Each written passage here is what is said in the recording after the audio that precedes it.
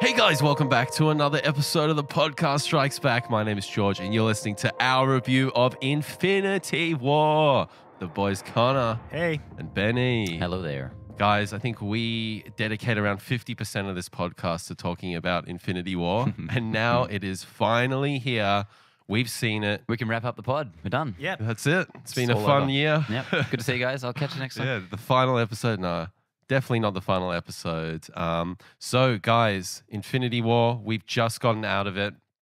You guys, I was lucky enough to see it last night. Prick. What a guy. Mm. So I've seen it twice now, and you guys, it's pretty fresh as a daisy. Quite fresh. Just before we get into it, I told Ben that I knew at the beginning of this podcast you're going to do a little mini brag, be like, well, this is actually my second time seeing it. Of course. What am I meant to say? I think Ben's trying to kick you How in the many head people for in the that. world have seen this movie twice now? Huh? Yeah. So, Benny, do you Yes. want to give us a little plot synopsis at all?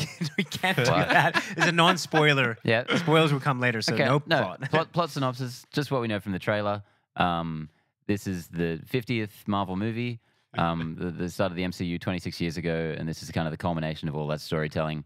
Thanos, he's a big bald asshole, and he wants to like do some bad shit, so he's collecting the Infinity Stones that have been such a vital part of the series up to this point, however nebulous their powers may be. So he's doing bad stuff, and the Avengers, they got to assemble.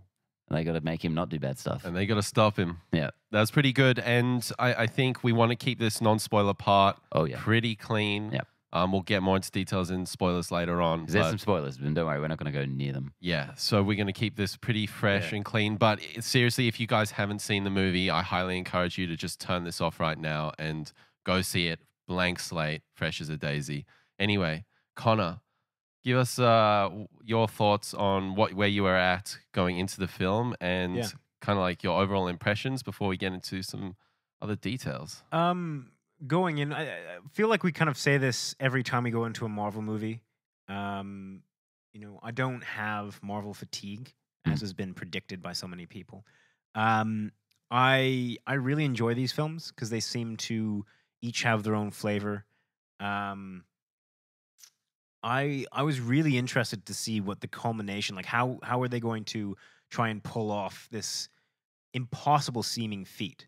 I mean, we just rewatched the two Avengers movies before this, and each one seemed more impossible than the last. Remember the one that had 5 characters in it? Oh yeah, exactly. I mean, like that just seemed like, how are you going to make 5 characters relevant, like 5 main characters? Yeah, and so I kind of went into this with the same, I guess, trepidation. Like I thought maybe a week ago I had this really kind of ominous moment where I convinced myself that this movie was going to be crap. I'm like, there's no way they can pull it off. It's going to be a Justice League. It's going to be it's just going to be a disaster. it's going to fall apart. Yeah, exactly. I was like, it's too ambitious.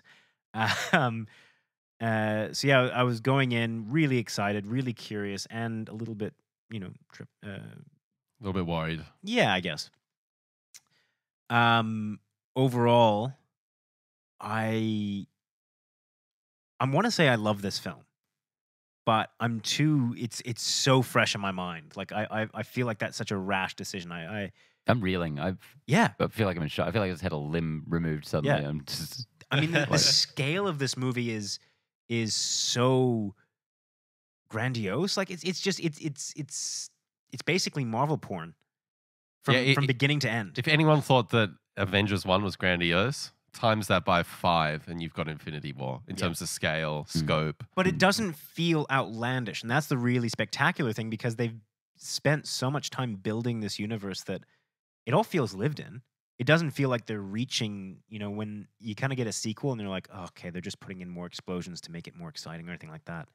No, the entire movie feels within the scope of the universe that they've already built. I think it uses all the tools that it has to just make it feel big. What about you, Benny? What were you thinking going in and overall impressions? So I don't think my faith ever wavered for a second in the Russo brothers, in Feige, in Marvel. We talk about all the time our feelings on this franchise, but I've had a few hit and miss ones lately, I felt, but never, I've liked all of them, but not loved some. But this, I don't know. This is not even a movie. This is just an event, and it's just everything leading up to it. It was too big to fail almost somehow. Like I felt like I was catching up the entire film. Like it was so big and it was so much that I was just like, oh no. Like I need time to process what's happening. Yeah, like I want to jump right back in right now. I want to watch it again right now. And then maybe after that again. But this will take 2 times to settle in at least. Yeah. Just there's a lot to deal with right now, mentally, emotionally.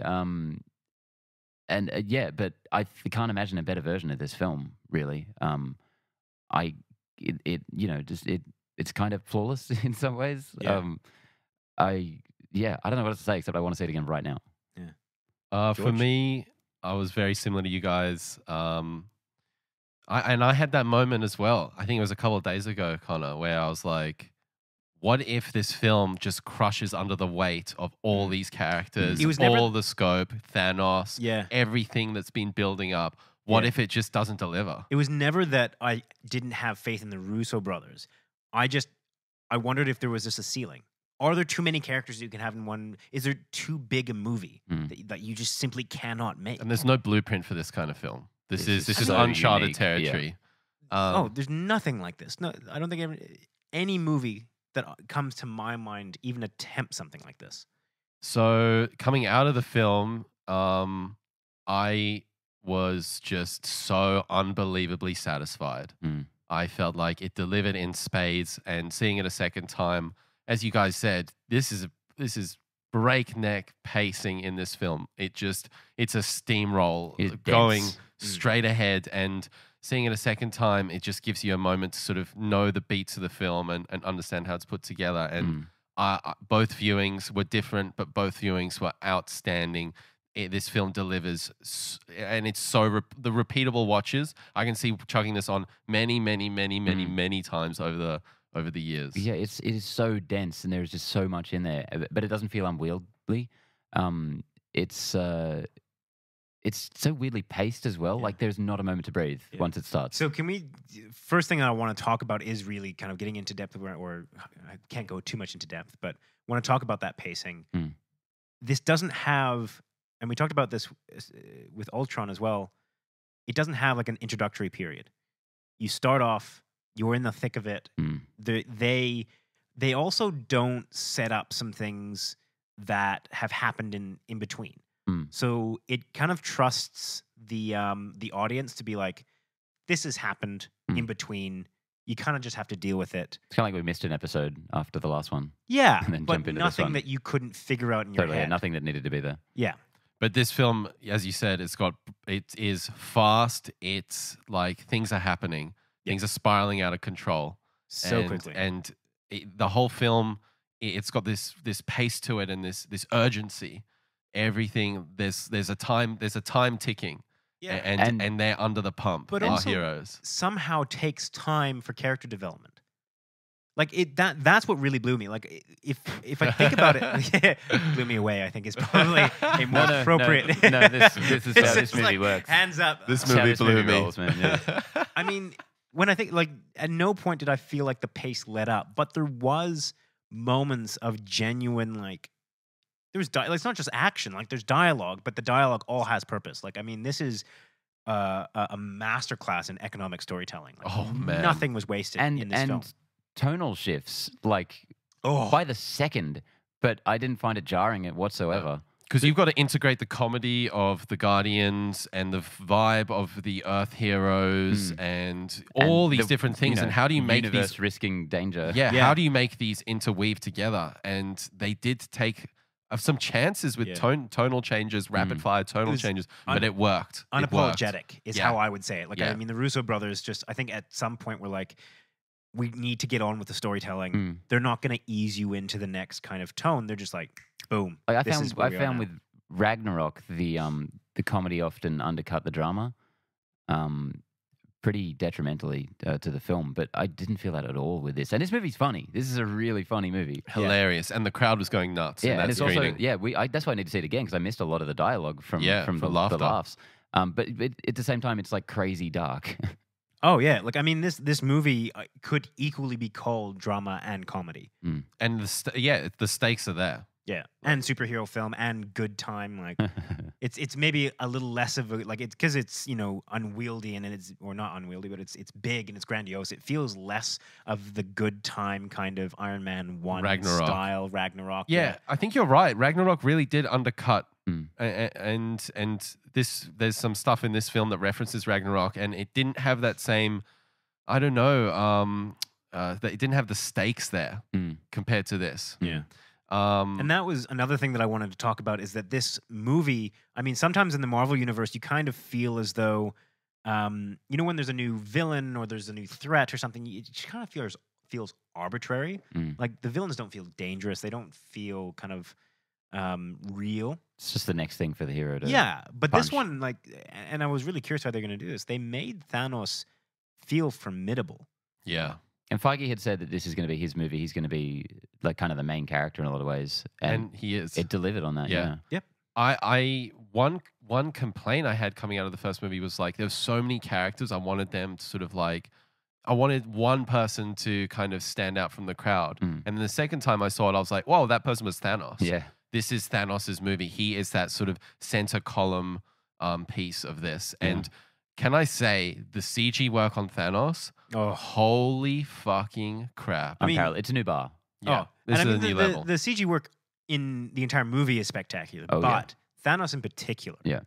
I don't think I've ever seen that kind of really spectacular work. Apologies if I'm wrong. I think it was Digital Domain specifically did him. Like they just did Thanos. Yeah. Right. Which makes a lot of sense. Because it must have been every effects studio in Hollywood working on this movie because it's stunning. Like, He is a living, breathing character. yeah.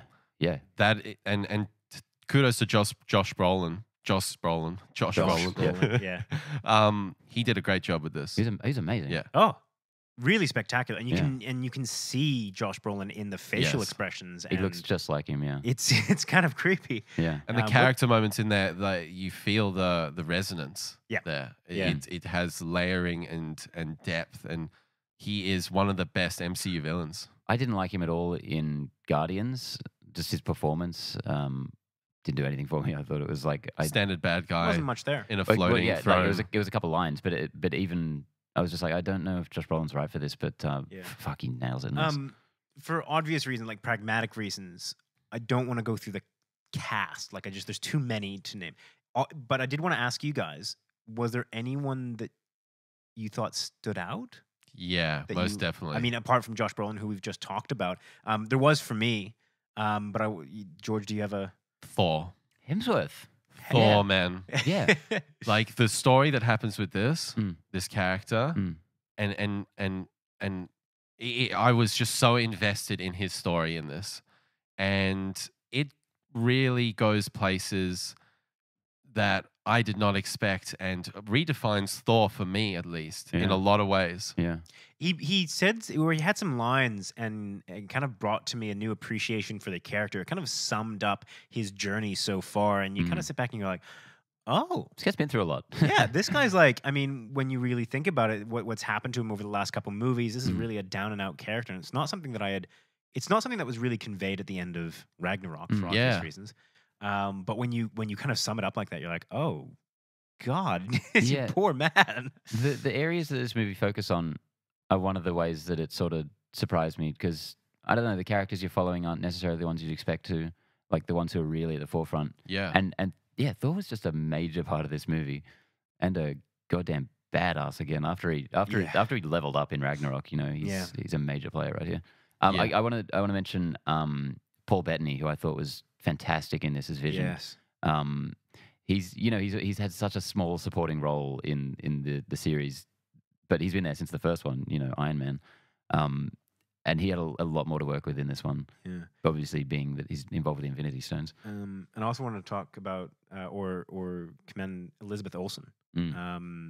As she she gets a lot of flack for her accent A Scarlet Witch. as Scarlet Witch, yeah. Mm. And She's straight up American in this. She pretty much dropped it after Yeah. Age of Ultron. Yeah. and she's kind of had she's she's been there. Like she was there in Captain in Civil Civil War. War, yeah. And I thought she did a pretty good job in that, but I really appreciated her performance in this. There's only one other person that I want to mention, and it's Robert Downey Jr. He's always bringing the good stuff. He's never disappointed me, but I feel like if it's even possible, he's taken the bar up one. And it might just be because we've followed him along this journey over the last 10 movies or whatever. Yeah, it's the weight of everything that this character's been through. Yeah, I think he really does a good job of portraying that. And he's just a seasoned pro. Oh, yeah. He just knows his character intrinsically. He is Tony Stark, and it really comes across in this film. And him dealing with what happens in this film is an interesting journey. Yeah. An interesting little fact, on the red carpet, they were talking to Hemsworth and Feige. And they were talking about the fact that each cast member only got the script for their parts. So they didn't really know the overall story. And when asked, why that was and how he was able to convince the actors that was the way to go, Hemsworth's response was obviously we trust Feige and that we take what we can get. But also Feige mentioned that these characters or these actors know their character better than anyone else. And if you think about it, Robert Downey Jr. is Tony Stark, and Hemsworth is Thor. He's played them in 4 or 5 movies by now, and it really comes through in this.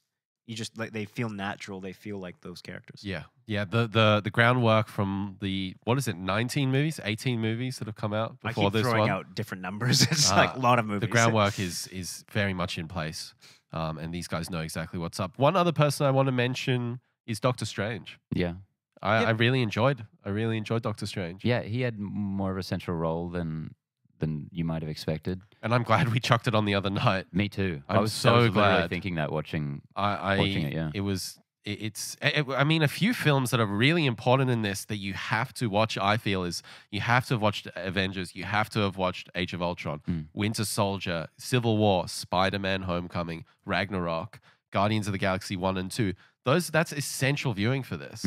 Like there's some direct plot threads that tie in, and it's just like there's no apologies. Like you're either in or you're out. No one's going to do the groundwork for you. Just a lot of like single sentences that reference the plot of an entire movie. Yep. Summed up. There's no really other way other than pretty much seeing the entire Marvel universe. You could probably get away with maybe Iron Man 2 or 3 or something like something like that. But at the end of the day, like you need to be up to your I'd love to talk to someone who's like a casual viewer who goes to see this. Like, it must be such an interesting experience. Get mum on it. Yeah.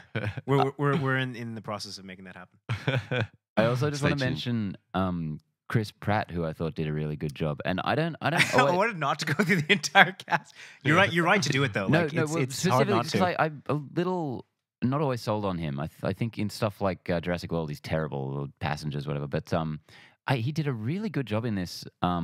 Navigating the tonal stuff we were talking about, because he's really obviously he's a very comedic character, but there's a lot of dramatic stuff that he has to tackle as well that I thought he did a really great job. Yeah, I agree with that. There's some emotional parts that he has to deliver, and he has some really, really funny stuff with Thor that is in the trailer. But I love those scenes. That was fantastic. There was one more. There's something I wanted to talk about with this film, how it feels like. I guess kind of going off what you were saying before, Benny, this is an event. This feels like a comic book movie, like blockbuster, not blockbuster. What am I trying to say here? I'm trying to say it feels like a superhero mashup from a comic book lifted straight out of the comic book. Like, and what it feels like is, James Gunn has had the Guardians of the Galaxy, and this is, that has been his DNA all over those films. And this is the first time somebody else has taken those characters and given their own spin on it.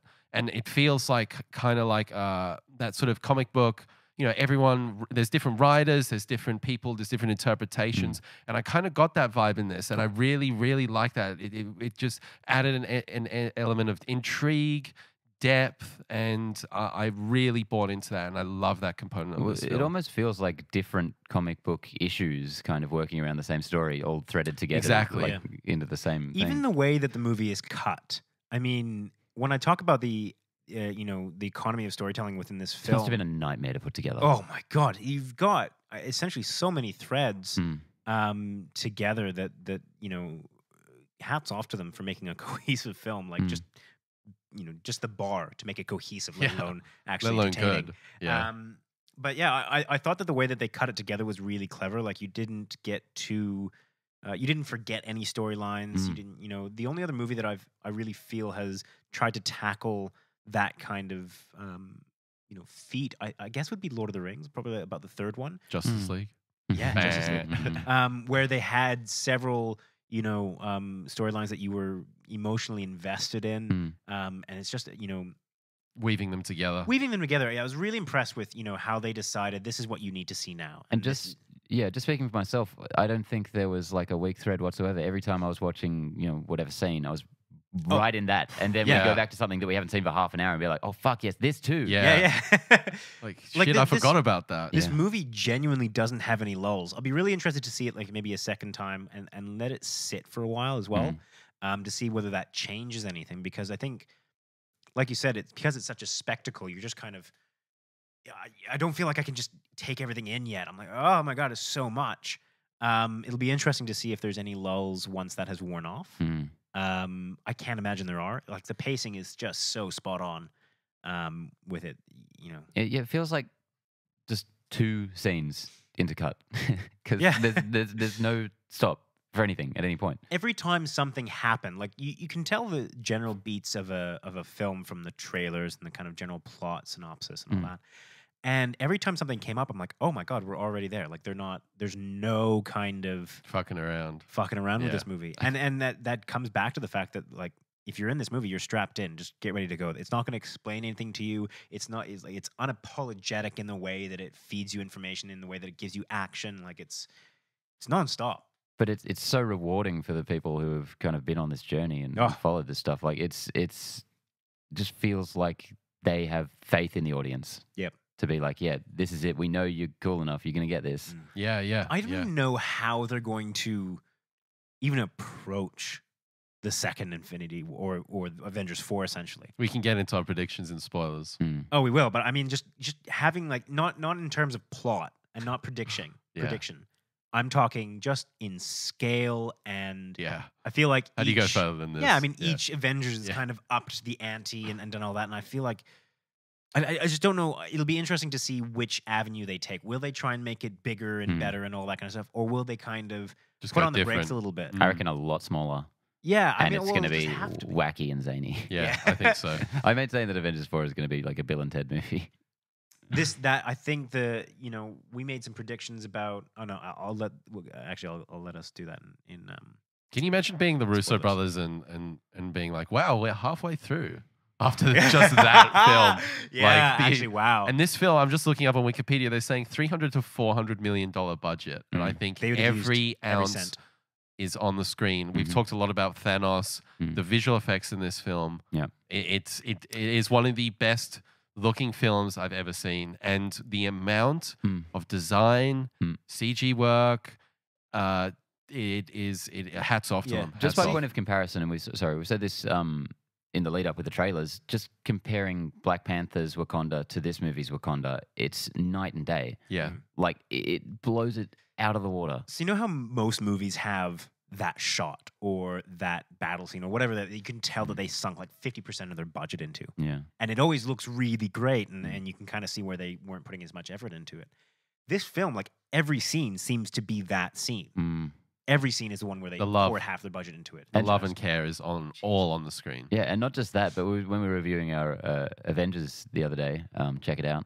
Look at Ben doing plugs. I love this guy. Learning. We mentioned how there's like so many more like really cool iconic moments than your standard blockbuster. There's like 6 just like punch the air moments. And this movie just was one big punch the air. Yeah, like, it was the whole thing, the whole audience. We both all just had our hands up in the air the whole time. There's no time to take the hands down from the punch. Like, 2.5 hours later. The kid in front of me actually had his feet up in the air. That was really annoying. Yeah. But, oh my god! I don't condone the murdering of small children, but I do. I was pretty damn close this time. Yeah. Kept leaning over the balcony. It's like, oh, let's take a little push. Yeah. Oh, Jesus. No one would know. I mean, everyone would know. Everyone right in the middle of a front and center. cinema. Yeah. I feel like we should get into spoilers. Like, I mean, again, if you haven't seen this film, like, obviously go see it. If you haven't seen much of the Marvel universe, I don't know, watch a YouTube video and then get into this. Like, um, The problem with that approach, unfortunately, is that there's so many Easter eggs and payoffs, emotional payoffs that really satisfy the diehard MCU yeah. individuals, Mm. and that is just a really nice that they care so much about the fans. Yeah. Mm. So yeah, I mean, if we're gonna do final recommendations, Go see it. Like, go see it. And in terms of not a recommendation, but my take on the film is that this delivers in spades and it's actually better than I thought it was going to be. You know, I expected an 11 out of 10, but you know, to actually get that and it goes places that I never expected it to go. I mean, that's just unbelievably satisfying. So hats off, like every hat I own, off my head. Wow. For the Russo brothers. Oh my God, you love your hats too. Yeah, I own 7. all I'll say is that they took on an impossible task and they pulled it off. I mean, I can't even. It's so impressive, like utterly impressive that they were able to do this. Make a villain that seems, it's such a trope. I'm gonna say it. I think this is the best villain in the MCU. They've done that twice in one year. Killmonger was such a strong bad guy. I think that for them to be able to do it in the next film to up that, and I think it is better than Killmonger, is just spectacular. And don't forget Vulture. It's been a strong year for MCU villains. Vulture was last year. Yeah, but within the annual Okay, year. I'm going to give you that. Yeah. Yeah, that's true. Well done. Thank you. 365 days. It's so much more complicated than that, though. Even just because he's virtually a protagonist, like. Well, he's the focus of the film. Yeah. Yeah, he's the source of everything that's happening, and it's just you following his character. You know, they've just crafted a great character, not even just a great bad guy. You know. Any final thoughts, Ben? I don't even have the words to describe this film at this point. It's not a movie. It's something else entirely that I don't think we know how to describe just yet. They've satisfying, I think, is the way to put it. Like they did it. Yeah, it's crazy.